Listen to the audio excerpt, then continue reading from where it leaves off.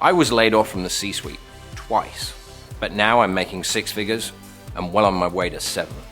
I've been blessed with a 6,000 square foot home, 3 luxury vehicles, and a beautiful family. How did I get here? I decided I wasn't going to allow corporate life to limit me from achieving my full potential. And I want to help you find your freedom too. Welcome to the Exec Academy. I'll never forget the day that I was laid off. I was completely blindsided. Ironically, I was involved in discussions to lay off members on my team, but I had no clue I'd also be included. Most people who are laid off have a similar experience.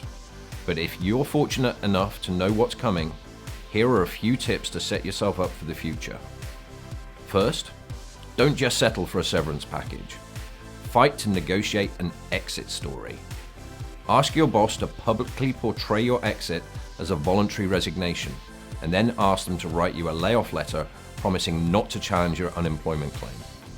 Most employers will oblige, just to spare more internal conflict. Next, request outplacement help from the company. You'd be surprised at how many companies are willing to engage and pay for professionals to help you to polish your resume, introduce you to the right networking groups, and even help give feedback on interview technique. Remember, layoffs are rarely personal. Your employer probably isn't against you. More than likely, they want to help you succeed in your post-company life so that you will have good things to say about the company itself. The next best thing to do is to ask for a letter of recommendation.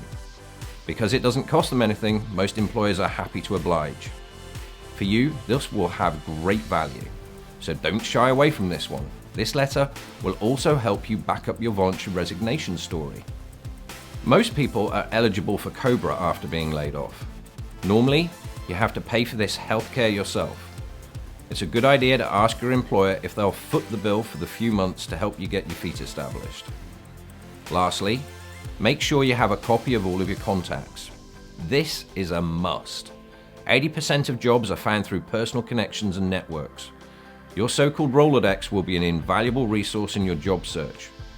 Make sure to mine your company email to collect any contact info you may lose once the email is deactivated. I cover the 5 stages of grief that employees go through after being laid off in another video, so I won't cover that now. Instead, I'll leave you with a few quick practical considerations. Here they are. First, take a deep breath. Losing your job isn't a personal attack. It's most often an economic decision made by a distressed company. You'll get through this, but you have to keep breathing. Next, I want you to know that losing your job isn't a direct reflection of the value you can bring to a company. You may be embarrassed to tell anyone, like I was. Get over it. Most people experience being laid off. You can bounce back if you recognize the value you still hold. Next, get in touch with your network as soon as you can.